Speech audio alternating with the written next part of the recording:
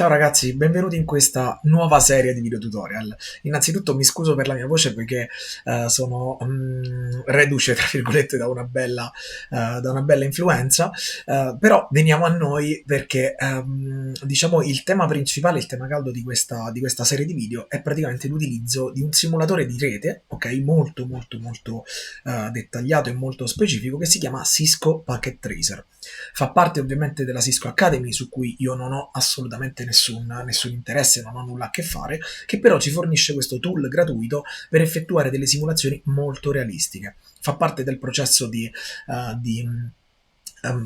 diciamo di certificazione per quanto riguarda il network administration, ma anche soprattutto per quanto riguarda la simulazione di alcune componenti principali che sono gli IDS, i firewall e altro, per delle certificazioni cyber security.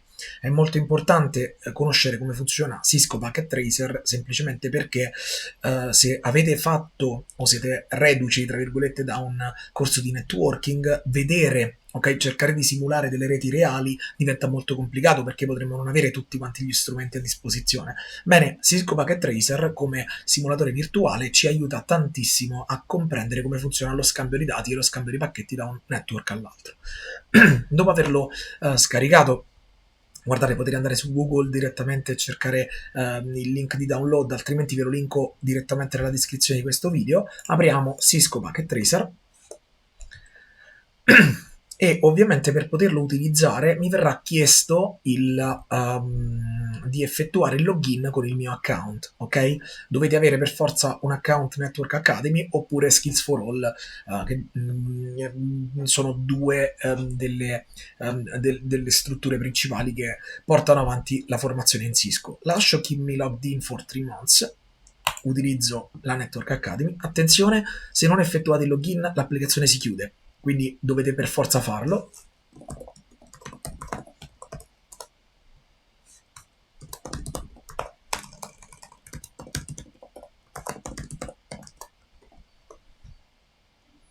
Ed eccolo qui.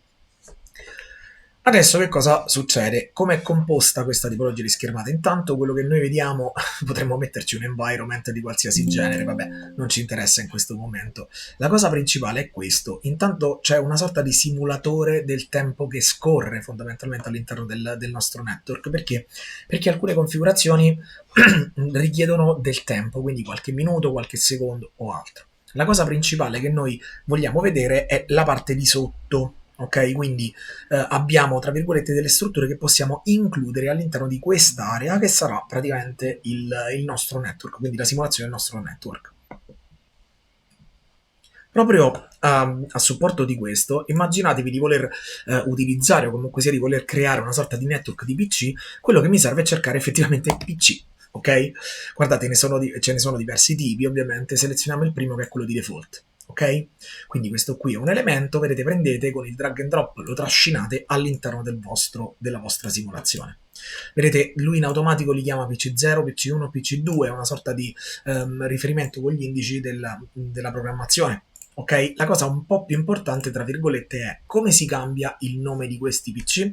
Se clicco due volte sull'elemento, scusatemi, una volta sull'elemento, vedete cosa succede? Praticamente lui mi simula o mi fa vedere fondamentalmente come è configurato il mio PC.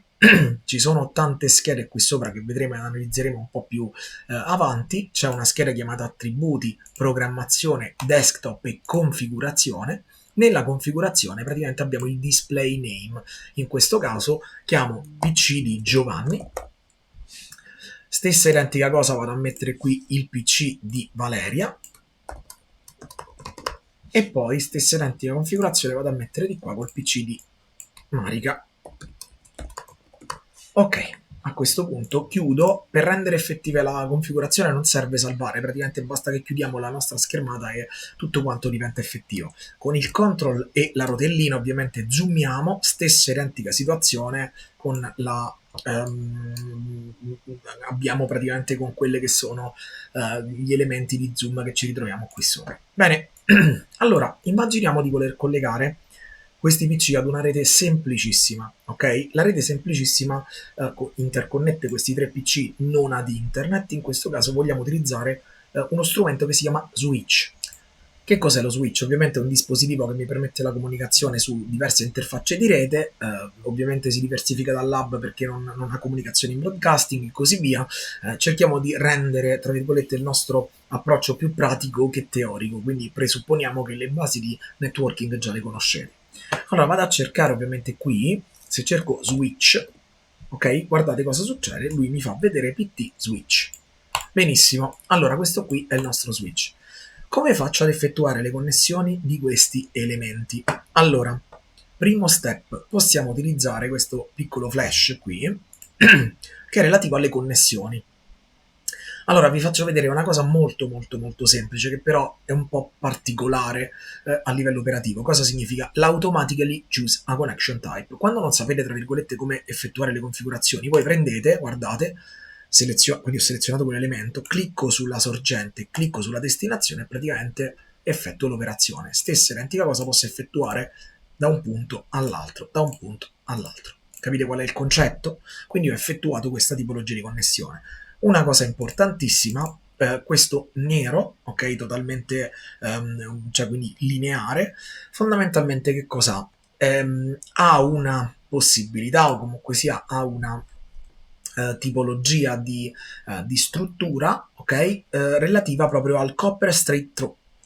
In pratica cosa succede? Questa è una sorta di connessione che ci permette di effettuare cioè, utilizzando un cavo di rete.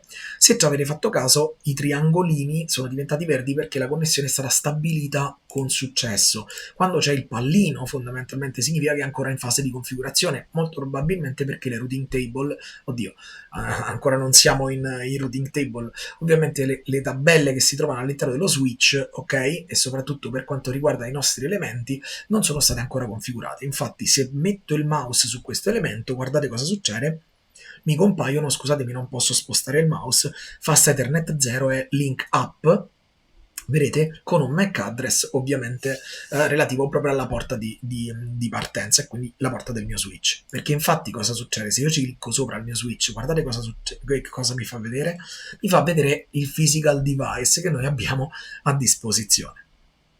Bene, una cosa importante è, torno un attimo indietro perché questa non è la modalità, tra virgolette, migliore per effettuare queste operazioni. Cosa significa? Che in pratica io voglio creare qualcosa di un po' più specifico, un po' più particolare.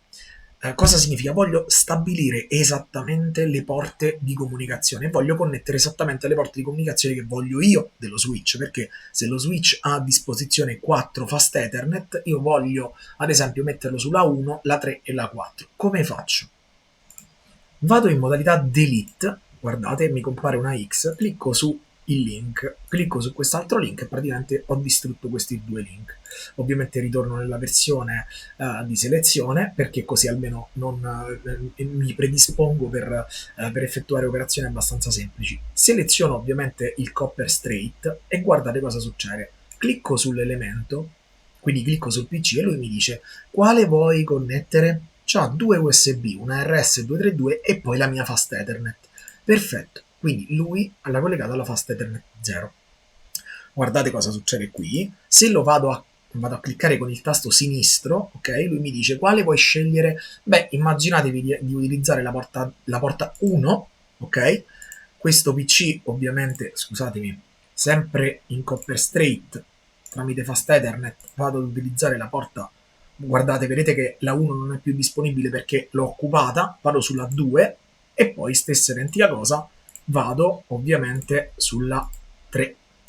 Se ci fate caso, guardate, vado in play, guardate, vado in dettaglio, lui mi fa vedere soltanto le 3 successive in app, quindi significa che praticamente sono direttamente collegate a questa tipologia di elementi. Bene, la connessione, tra virgolette, può essere, cioè nel senso non è in modalità configurazione quando arriviamo quando abbiamo dei triangolini che ci garantiscono la connessione effettuata con successo. Adesso dobbiamo cercare di capire un po' come funziona questa tipologia di struttura. Allora, l'idea fondamentalmente è che questi tre elementi che cosa hanno? Se io ci clicco sopra, ok, vado su interface, vedete sono in config, sempre dove ho lasciato prima, ho una fast ethernet 0, praticamente io ho una configurazione IP di default che è messa come statica. Ok? Bene, allora immaginatevi di avere per esempio un indirizzo IP 192.168.1.101, ok? Perché è il primo PC, la subnet mask, basta che ci clicco, viene associato in automatico. Con uno switch non posso utilizzare il DHCP perché non ha, ok, la possibilità di assegnare in automatico i nostri IP. Quindi chiudo questo, anzi facciamo così, me lo copio perché la configurazione deve essere effettuata su tutti gli elementi. Guardate, se provo a riassegnare 101, beh, vabbè, dopo vi faccio vedere un po' più nel dettaglio. Questo lo mettiamo con 102. Ah, perdonatemi, sono nella parte sbagliata. Vado su Fast Ethernet, vado su IP address 101. Lui mi dice l'address è già utilizzato nel network, quindi non posso utilizzare l'indirizzo IP di un altro sistema. Quindi vado a cambiare e lo metto in 102. Clicco qui per fargli calcolare la subnet e ci sono. Vado direttamente su PC di Marica, vado a mettere il 3 e qui praticamente, scusatemi, come al solito riclicco su Fast Ethernet, vado qui sopra, gli metto il 3 e praticamente la mia rete è connessa. La cosa un po' più importante in questo momento qual è? È quella di comprendere un pochettino meglio come funziona per esempio il ping da Giovanni a Valeria, oppure il ping da Giovanni verso Marica. Come faccio? Se tutto quanto va bene, se tutto quanto è configurato, allora il mio network dovrebbe poter comunicare. Clicco su un PC e ho una parte che si chiama desktop. Questi elementi praticamente sono tutti quanti gli elementi che noi possiamo creare, che possiamo realizzare, ok? All'interno, che possiamo invocare, esattamente come se fossero le icone del nostro desktop. Sono un po' spartane, ma semplicemente perché ci permettono di operare molto facilmente. Guardate, clicco su Command Prompt, che in pratica è come se fosse il simulatore del mio command line. Se vado su CMD, guardate, ho più o meno una cosa di questo genere, vedete? Allora a questo punto cosa succede? Sono sul PC di Giovanni, faccio un IP config per farvi vedere, lui mi dice che sono in configurazione con IP address 192.168.1.101, ok? E a questo punto cosa succede? clear per ripulire tutto. Ah vabbè, qui non funge direttamente, posso andarlo a ripulire dopo.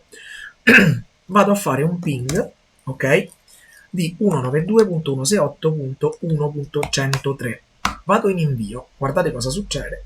Praticamente lui mi dà in reply, vedete, di questo elemento, quindi significa che il computer di Marica, ok, ha ricevuto la richiesta e fondamentalmente mi permette, mi ha visto la connessione, ok. Guardate, se vado sul PC di Marica, attenzione, li posso aprire praticamente entrambi. Vado sul desktop, vado sul command prompt, questo qui sarà il mio IP config, vedete, con il 103, posso ripingare 192.168.1.101, che sarebbe quello di Giovanni, e lui praticamente mi risponde. Se ad un certo punto, guardate, io disconnetto praticamente il PC di Giovanni, guardate, termino questa connessione, guardate cosa succede, praticamente faccio un ping. Scusatemi, sono sempre sul PC di Marica, provo ad effettuare il ping su 101. Sta provando a pingare, ci sta mettendo un po' di tempo se ci fate caso, e infatti lui mi manda il request timeout. Se vado a ricollegare questo elemento con quest'altro, guardate cosa succede, ovviamente lui è nella parte di configurazione, lui si sta riprovando, vedete? Avrei dovuto utilizzare un menu T per farvi vedere un pochettino meglio. Guardate, riprovo ad effettuare questa operazione, ma vediamo che quando c'è il triangolino significa che la configurazione è andata a buon fine.